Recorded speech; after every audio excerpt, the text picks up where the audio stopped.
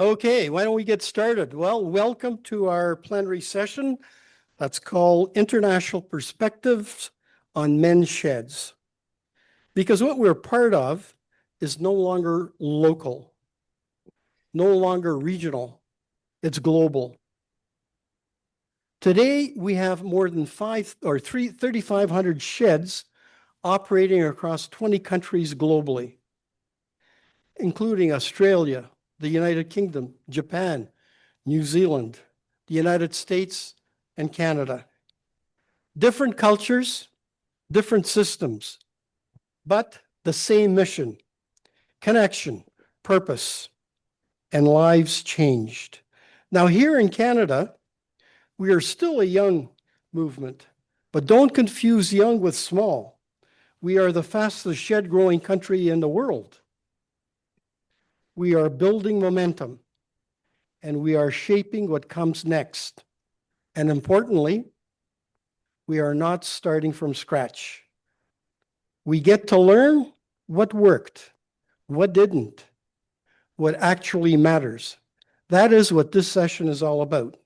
Today, we bring the world into this room.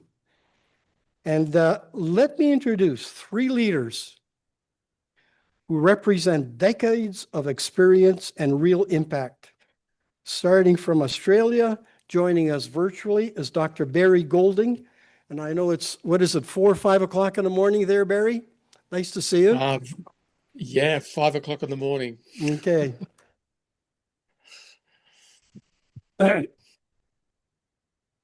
So let me say a few things about Barry. He's a foundational voice of this movement, patron for over 15 years, and a key historian of how this all began almost 30 years ago.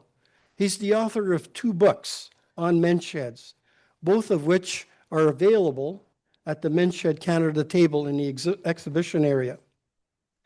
Our second panelist is from the United Kingdom, John Latchford, and he's representing the United Kingdom Men's Shed Association.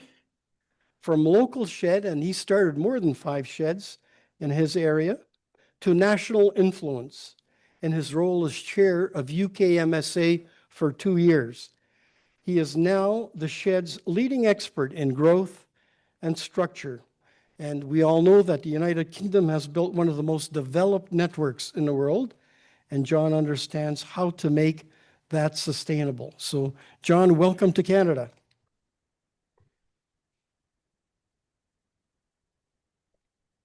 And Dr. Aihito Ito from Japan, he's our third panelist.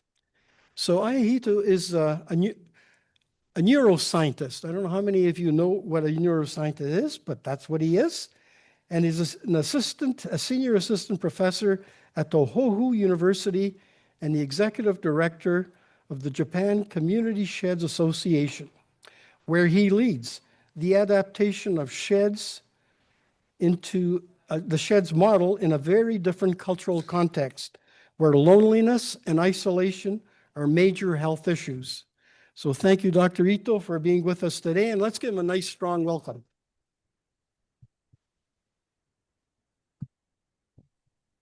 So this is how it's going to work. Each panelist will share their experience, their country's perspective. What drives growth? What sustains it?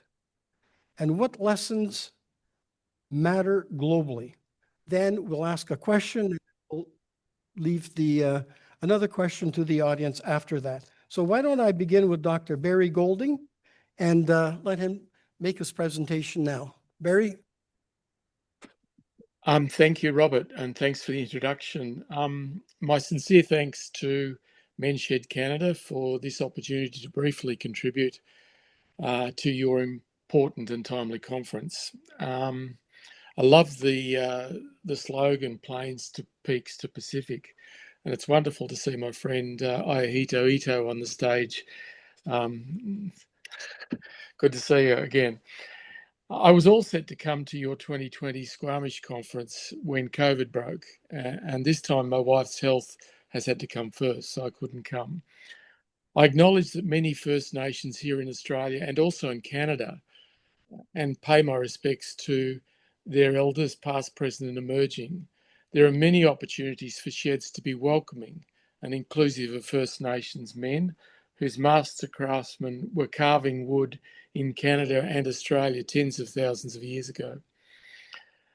Given I only have around 5 minutes, I can only give you a short story of men's sheds. However, I encourage you to, if you're interested, to look at the longer, fascinating international story, which are basically in my Men's Shed Movement and Shoulder to Shoulder books, which are on sale where you are. Chapter 7 in my 2021 book is actually about the early history of sheds in Canada. At this time, there are only 40 sheds in Canada. And as Robert just said, there are now more than 200. And the growth rate in Canada continues to be the fastest of all of the 12 nations, now with active men's shed movements and national associations. So very briefly, the first shed by that name, simply called The Shed, was set up in a community setting for older men 33 years ago in 1993. It was developed by a far-sighted aged care practitioner, Maxine Kitto, and it was a nondescript shed out the back of an aged care facility in Goolwa, a small rural town in South Australia. 5 years later, in 1998, the first ever men's shed by that name was created by Dick McGowan, behind an aged care centre, but purpose-built. And Dick said, we all need somewhere to go, something to do, and someone to talk with. And I think that summarises what it's all about. Severely impacted by fatal health issues 1 year later, Dick realised he'd hit on something powerful and lamented it was a shame he wouldn't be around to see what became of men's sheds. His widow, Ruth, has worked for decades to support the Tongala shed as an honorary bloke in that shed. Maxine and Dick both realised that the shed works best if it's social, local and situated in a shoulder-to-shoulder community of hands-on practice. Importantly, men are not clients, customers, patients or students. They're active participants in an activity, hands-on. And they're responsible for managing their own shed, their health and the well-being of the community. What you've achieved in 10 years in Canada since your national website was launched in 2016 is truly remarkable. I acknowledge the hard yards done by Doug Mackey in the early years and the amazing work done in recent years by Men's Shed Canada through Robert's leadership and vision. The movement in Australia in 2007, the year of the first truly national conference here in Australia, was at a similar inflection and growth point as you are now at in Canada. With around 1,300 sheds across Australia, almost every small town now has a men's shed, and some cities in Australia have many. The movement had gained serious traction in New Zealand, Ireland, and the UK by 2000. By 2021, there were over 2,700 men's sheds open globally, as well as 120 women's sheds. My best estimate is that there are now around 3,500 sheds open globally in almost 20 countries. The remarkable growth in the UK continues apace, as you'll hear next from John Latchford. I'm really excited that Ayahito Ito and colleagues in Japan are the most recent, very capable cab off the rank, with 6 men's sheds already open in diverse contexts across Japan. If Canadian sheds achieve similar saturation as here in Australia, I predict that within another decade or so, you might have as many as 2,500 Canadian sheds nationally. If there is real government support for men's health and ageing, particularly in hard-to-reach communities in Canada, it will be economically rational for the Canadian government and provincial governments to commit to support Men's Sheds Canada, supporting sheds, making men's sheds safe, accessible, inclusive and sustainable. So I really look forward to joining you at your next conference in person. By that time, I'm hopeful that the International Men's Sheds organisation will be reactivated and that Canada will be actively involved as another world shed leader. Thank you for the opportunity to contribute, and all the best with the rest of your conference. Thank you. Thank you, Barry.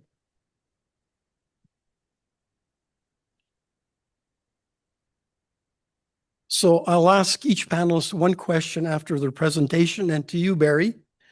Like, Australia has scale and long-standing support. So what must Canada get right, and what should we avoid? Well, there's three points I'd like to make. First is that all sheds and communities are diverse and different. There's no right way, but it pays to understand where the movements come from and the research evidence as to why and how it works, which is why I've written 2 books. Sheds have to be, and this is a new word for you, salutogenic, SALUTOGENIC, health-giving and sustainable. I encourage you to look at my Shoulder to Shoulder book, particularly pages 404 to 405 about shed fundamentals. Sheds have to be totally inclusive from diverse gender, age, and cultural backgrounds. And finally, Men's Sheds Canada has an important job to get right, creating a tent which is inclusive, welcoming, and valuable for all sheds. It needs to encourage and promote research evidence as to how and why it works, and urgently bring this to the attention of your national and provincial governments.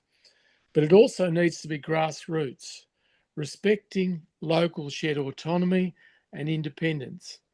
If local sheds and communities, for example, decide to positively include women, these decisions need to be respected and supported. And finally, one trap to avoid that Australia fell into. Canada and the National Association needs to actively avoid fragmentation and duplication of effort, including within and between your provincial associations in Canada. Given that the activity in the shed is necessarily shoulder to shoulder, it also needs to be like that across the nation for the common good. So my strong advice is work together for the common good. Don't become divided nationally or across provinces. It's all about the same thing, supporting men and communities shoulder to shoulder. Good. Thank you very much, Barry. Thank Okay, our you. next presenter, John Latchford, please. We have some slides coming in. Yeah. So I'm going to move so I can at least partly know that they're there. Slide 1, please. Hi, my presentation can be slightly different to Barry's, but I hope it's complementary. Sorry. I hope my presentation is complementary to Barry's. His was a great presentation. I think it certainly covered the sort of world perspective. So I'm going to answer a few questions. Can I have slide 1, please? A few questions I was asked to answer, and I shall try and answer them. First question is, what's been most successful, most critical to growth in our country? So these are some of the things that we would say, and I think our biggest growth over the last few years has been down in part, though not entirely, to volunteers. We have a group of volunteer shedders. We know them as ambassadors. We've got about 35 of them, and they're active in their local areas. They don't cover the whole country. There are areas of the country, Scotland and Northern Ireland, where we don't have many, and there are other support organisations in those areas. These are people who support sheds to start and to grow, not by telling them what to do, but by sharing experiences, encouragement and practical support. We try to make the growth in the UK peer-led and organic. We certainly believe that independence matters, and perhaps more accurately, ownership matters. Sheds are strongest when the people in them shape what they are and build that sense of autonomy from the outset. It's when sheds have struggled, it's often because the independence hasn't been built in early on, and where the shed has been shaped perhaps by a local or external organisation. And we certainly track both. We track the numbers of sheds that are open, and we've got about 1,159 It's my best estimate this week, and they do open pretty much weekly at the moment. But we also track sheds that started and then closed, and we try to look at why that happened. We've had a certain amount of paid funding to bring in paid staff. We have a small staff team, slightly larger than MenShed Canada, but not that much bigger. That's been pretty important. Biggest problem sometimes has been trying to ensure that that funding is long-term enough for the funding to have some reasonable effect. And that's about us better educating our funders. So as I say, the movement volunteer-led, and this additional support helps sheds get established, build confidence, and develop in a sustainable way. It's not one or the other, it's about the combination. Volunteer-led growth supported by the right kind of development support around it. Looking ahead, one of our key ambitions is to keep building on that model, bringing together ambassadors and development support in a way that continues to strengthen the movement. Our target in the UK at the moment is about 2,500 sheds, which is not that much greater than Canada's perhaps, but it's partly about density. We have areas in the country which we describe as shed deserts, where there are really very few sheds or no sheds at all. So one of the biggest lessons from the UK is this: strong sheds combine local ownership with the right support about them. Slide 2. Okay, going on. How we support the movement. And these are some of the things that we try to do. The 4 pillars of our revised and renewed strategy that we adopted about a year ago. We try to create a positive and welcoming culture to inspire people to be inclusive and to act with integrity. And we work to achieve our objectives in 4 ways. These are our 4 pillars. Supporting sheds to thrive, helping them to be sustainable, creative and resilient. So we're trying to ensure that they are long-term sustainable, trying to ensure that the sheds are not dependent forever on grants, wherever possible. Not possible everywhere, we know that, but we try to make them self-supporting. We try and encourage a wide variety of creative activities across the sheds and try to make them resilient to the natural disasters that happen. Well, I'm sure will happen here. We haven't had a wildfire in the UK burn a shed yet down. I know that's happened here, or certainly communities have been devastated by wildfires here. We haven't had that in the UK, but we've certainly had arson attacks on sheds, and we've had targeted burglaries stripping sheds of tools. And of course, you get the inevitable sheds who lose their team to age or illness. We're trying to grow our reach and inclusion. We're trying to reach communities, much like has been talked about here, both ethnic minority communities. We're looking at sheds in hospices, in prisons have been tried, and trying to sustain those as well, and not just make them one-hit wonders, which we do worry about sometimes. We try to amplify the voice of shedders, making sure our shed voice is heard in national conversations about health, well-being and community. We recently had a men's health strategy for England was ratified and is now in place, and we will start to see, I'm hoping this year, some actual evidence of real things happening out of that. Despite what it might appear at first, the UK is actually I best describe as semi-autonomous nations. So you've got England, Scotland, Wales and Northern Ireland. England doesn't have a national parliament, but Wales, Scotland and Northern Ireland do. So it makes some bits of politicking a bit complicated, putting it politely. And then the last bit is about creating a sustainable UK MSA organisation, so we can continue to support the movement long term. We've been very, very fortunate to be supported for the last few years by the Whirlwind Foundation. They're an associate charity of the Walton Foundation, which is currently funding MenShed Canada. Our funding is coming to an end because they have decided they want to fund something else.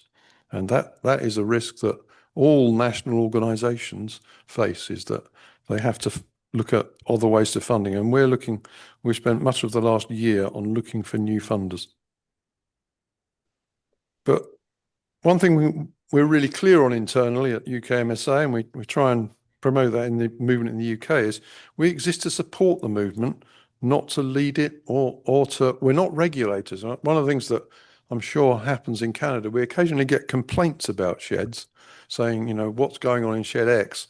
And we have to push back and say, we're not regulators, take it up with the shed. Moving on, slide 3, please. I'm hoping I've got a bit of time left. Okay, I'll be very quick. And these are the things that and challenges that we've got over the next period. Growth is positive, but it creates tension amongst having enough people to manage things. We're trying to stay grassroots, but trying to find people who are prepared to step up and act, work with us nationally is not always that easy. We are looking to create more volunteer roles that are national focused, a bit like the role I tend to take on, which is a lot about looking at shed data in the UK, but we want more people like me.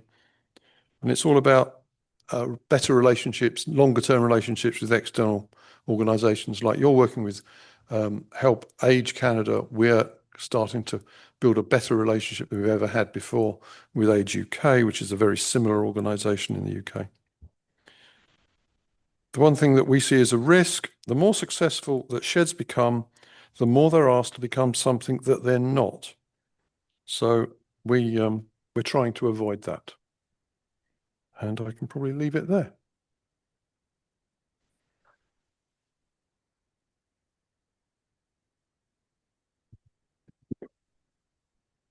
So, David, from your, John, from your leadership and data perspective, what made the biggest difference for local sheds? And can you give us one example of international connection? You can come over here.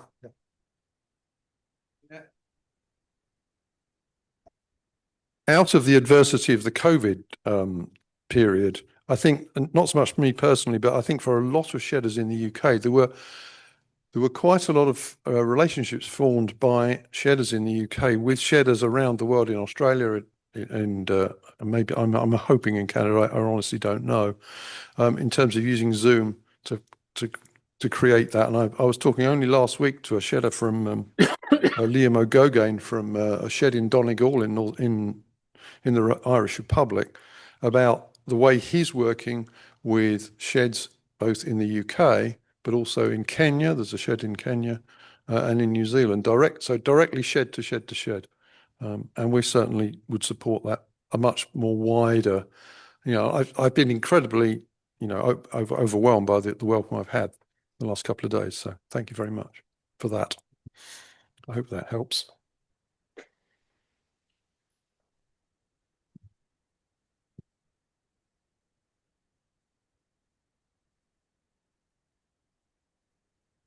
Okay. Good afternoon. My name is Ayashito Ito from Japan Community Shed Association. I'm very honored to be here in Edmonton with all of you. I would like to share where the shed movement is in Japan today. Okay. So Japan is most aged society in the world. So nearly 1 in 3 people is now over 65. The work by Stephans and colleagues showed the reduction of group membership after retirement significantly increased mortality risk. This is the everyday reality we are trying to change. In 2021, Japan appointed Mr. Tetsushi Sakamoto as our first minister for loneliness and isolation, only the second country in the world to do so after the UK. And in 2022, our research project on men's shed in Japan received 4.5-year national funding from JST Respect.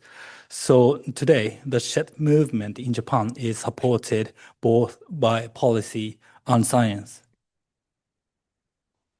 Okay, from this project, 2 pioneer sheds were born. Yoroya in Mizukami Village, Kumamoto in the south, opened in November 2023, supported by Dr. Takashi Matsuo, and Pokkekotan in Sapporo, Hokkaido, in the far north, opened in April 2024, supported by Dr. Risa Takashima. So let me start with Yoroya. Mizukami is a small mountain village of less than 2,000 people. The shed meets every Thursday morning, and they now have 15 full members plus 7 supporters, including 3 women. What I love is the variety of their programs. Woodwork, of course, but also bamboo charcoal, growing rice and buckwheat, fishing, mahjong, and birthday parties. These are the things they actually want to do. So here you can see them at work. They harvest buckwheat and dehydrate by sun drying. The atmosphere is warm and slow. They sometimes have a workshop and teach primary school students how to make a helicopter like bamboo. It didn't take much time to transform it into the community. Our project is funded as a study for primary prevention of loneliness and isolation, but the shedders, especially in rural areas, do not want to sit and discuss loneliness or academic things. They just want to enjoy their shedding. So one of the keywords for us is health by stealth. The well-being comes naturally through the doing. Now to the north, Pokkekotan in Sapporo started its activity in April 2024. It should be noted that they spent around a year to start the shed. Today, they have around 44 members. It is open to men aged 50 and over. Sapporo is a city of 2 million people, so this is a very different setting from Mizukami. So here's everyday life in the shed: DIY, cooking, walking, farming, music, moki, golf, fishing, Japanese sake research, soba cooking, so buckwheat cooking, and study groups. So one of the most beautiful things has been the connection between the 2 sheds. Yoroya sent bamboo all the way up to Pokkekotan in the north, and the shedders there turned it into bamboo artwork. Members also visit each other's sheds, so even with only a few sheds, a national community is already forming. The sheds also open their doors to the wider community. This is Otona Shokudo, an evening dinner for local residents. The guy playing a guitar told me that he wants to reduce loneliness and isolation in the community. The shed becomes a hub for the whole area. In December 2025, a second shed opened in the same mountain village of Mizukami called Dandanya. 8 members every Thursday afternoon. Their very first activity was making a wooden sign for their own shed. One small village now has 2 sheds. The village is serious to support the men's shed movement, and this is incredible. So here they are designing the sign together. They don't like hierarchy in the shed. He is the leader of the shed, but the members call him the manager of the key. He said, "We do what we want when we want to." So today I introduced the 3 pilot sheds in Japan. All of these photos are from our YouTube video about those sheds. Please do watch it after the session. The QR code and link are on this slide. This is the final slide. So today, Japan has 6 sheds in Hokkaido, Aichi, Hiroshima, Kumamoto, including 1 unregistered shed. And we are actively supporting set up in Tokyo, Kita Hiroshima, Hakodate, the Kuma district, and more. From 2 sheds 2 years ago to a map that is starting to fill in. Japan is at the beginning, but we have shed friends all around the world and here in Edmonton. Thank you very much, Robert, and all for bringing us today.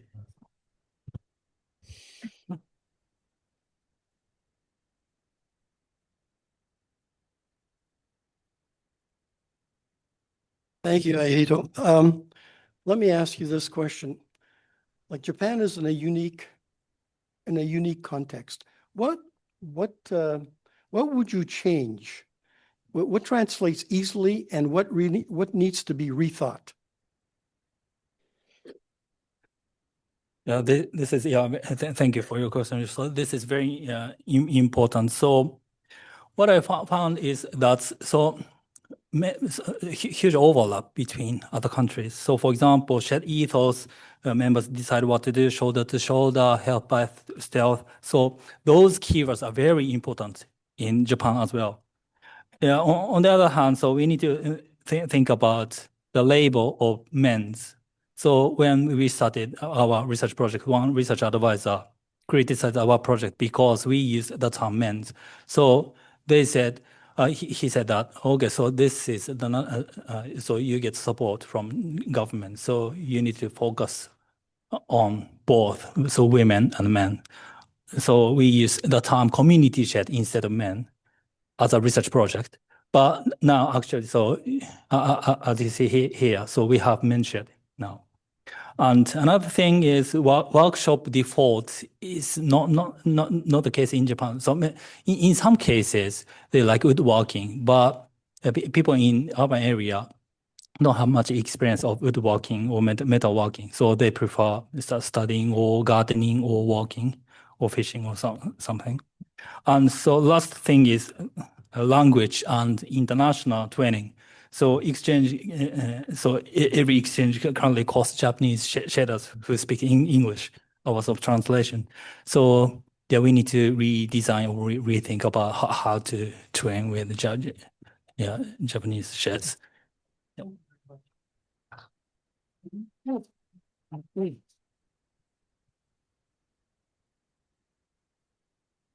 Okay, I've got one more question.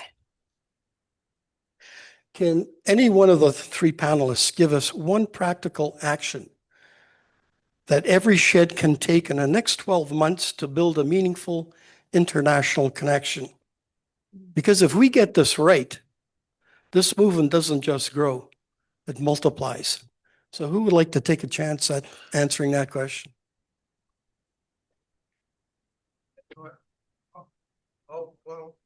Well, Aito translates his answer. I'll try and go straight in there.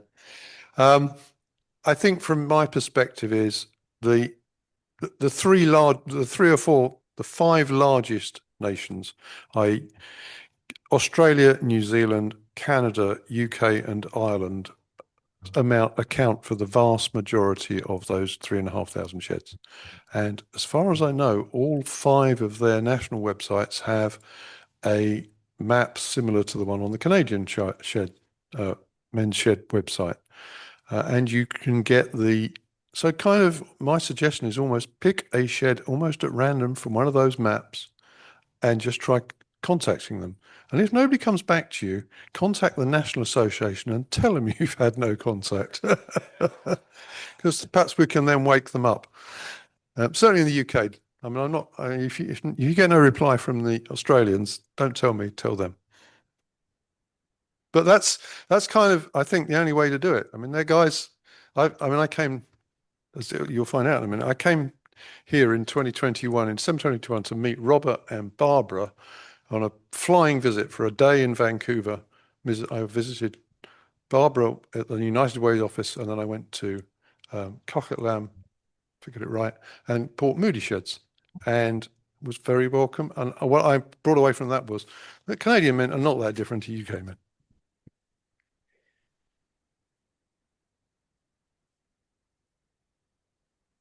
Barry, Aihito, would you like to respond to that as well? Okay.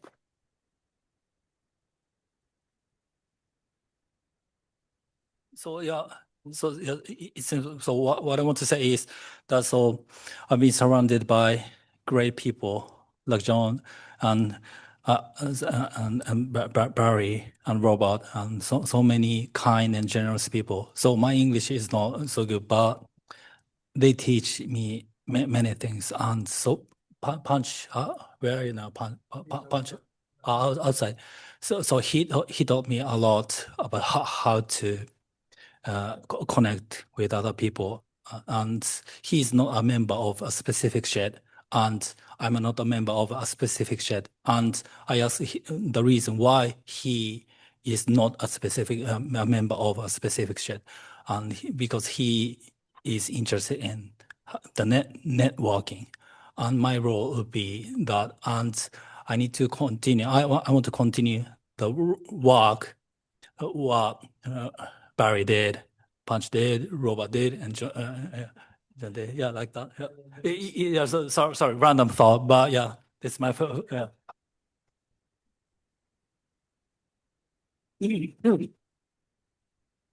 Barry, do you have any comments to make on that?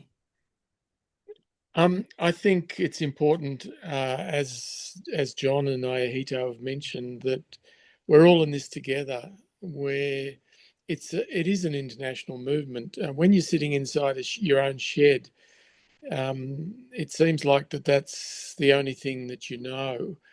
And I know it's hard to get a handle on the big picture, but I think there is scope for each nation to move towards better international collaboration and for sheds to work together.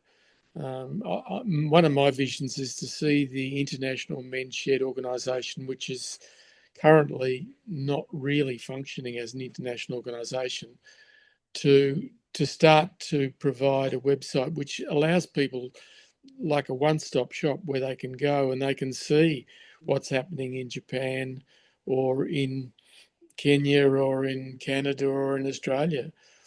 And some of the best progress has been made when people visit sheds while they're overseas or through these sorts of conversations. And I just think working shoulder to shoulder together is just sensible, not only in the shed but internationally. We need to get better at this. That's my vision. Thank you. Okay, one more question, if I may. Thank you, Barry.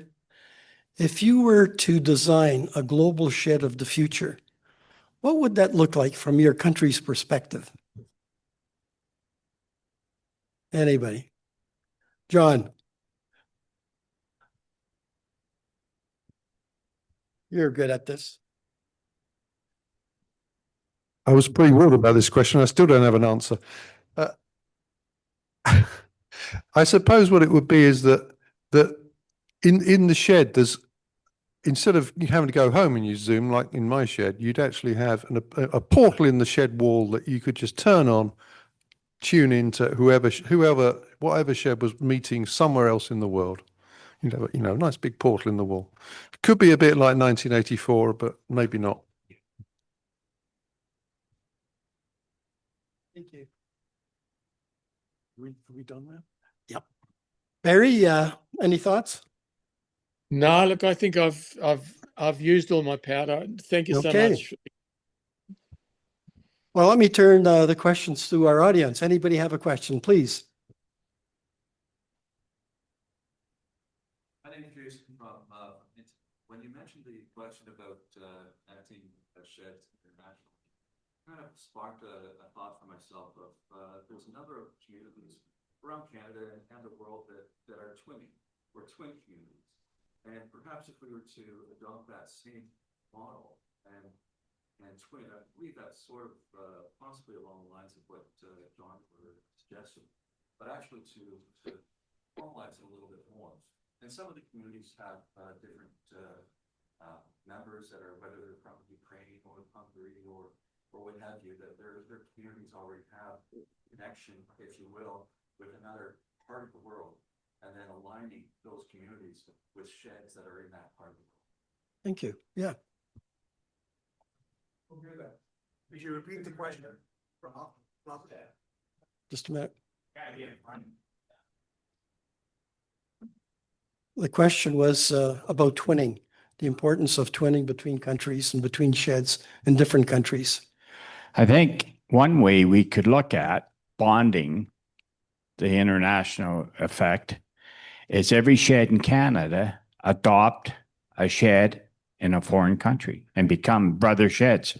There you go. That's what Rotary and that's what Lions do. And you adopt a shed in another country and you become, we would probably call it maybe a brother shed, right? Not a sister shed, but a brother shed. You know, or whatever, but you adopt a shed from another country and you become brothers and whatever. That might be a way to go. You know, Okay. maybe the Canadian men's shed thing can, in your spare time, maybe you can set that up, Robert. Oh, there you. Thank you. Hey, where's Barb? Okay. Jan, did you want to? Oh, okay. Okay. Just to build on that, coming from out of a military base for our Yep. shed, for years, Cold Lake, because our squadrons used to be in Germany as well. Hildesheim, Germany is a sister shed or a sister city to Cold Lake. And we have delegations that go back and forth, sometimes 40, 50 people on a, not an annual basis, but on an occasional basis. And it creates a real relationship. We could do the same thing either nationally here or even expand it internationally. Okay. I think there's one gentleman there. Thank you.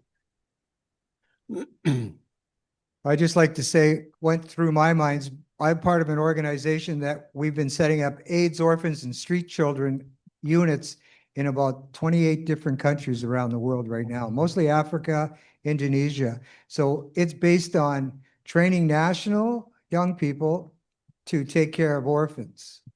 And so I'm in touch with the president periodically in Florida for the international organization. And he might be open to a lot of us retired volunteers with them for the last 40 years might be able to jump on board with Men's Shed to bring that up one step higher. So I'm familiar with Cameroon, Malawi, Honduras, Ecuador. So Robert, we'll talk about that and Okay. I'll share a little bit more with that. Okay. A few months ago, I was in Florida on a little vacation and I was swimming and this lady in the pool taps me on the shoulder because I was wearing a men's shed hat. She's, oh, I see you have men's sheds on your hat. And I said, yeah. And she said, well, my husband is a men's shedder. And I'm thinking, oh, maybe there's an opportunity for us to twin with somebody in this was in Mexico. And it turned out he was from Langley.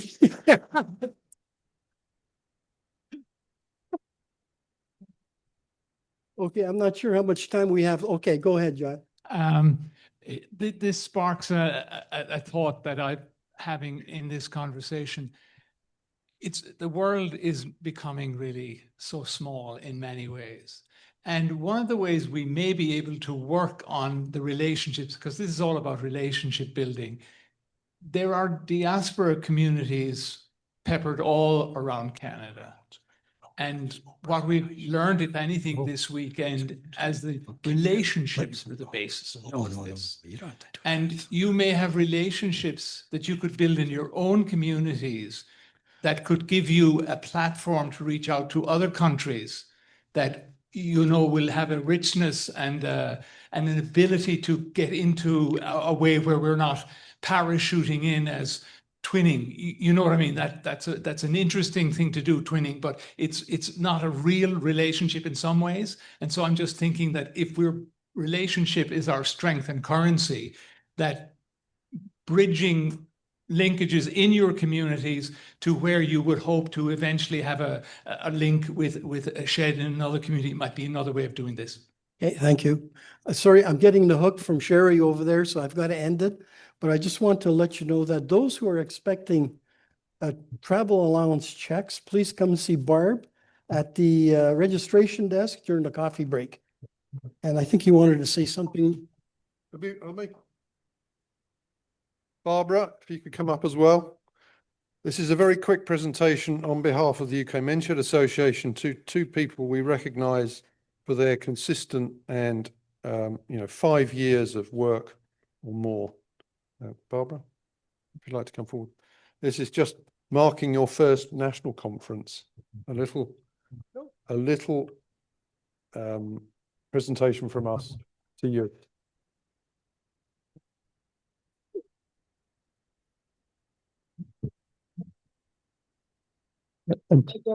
Just to let you know, that was made by Cottingham Shed in Nottinghamshire.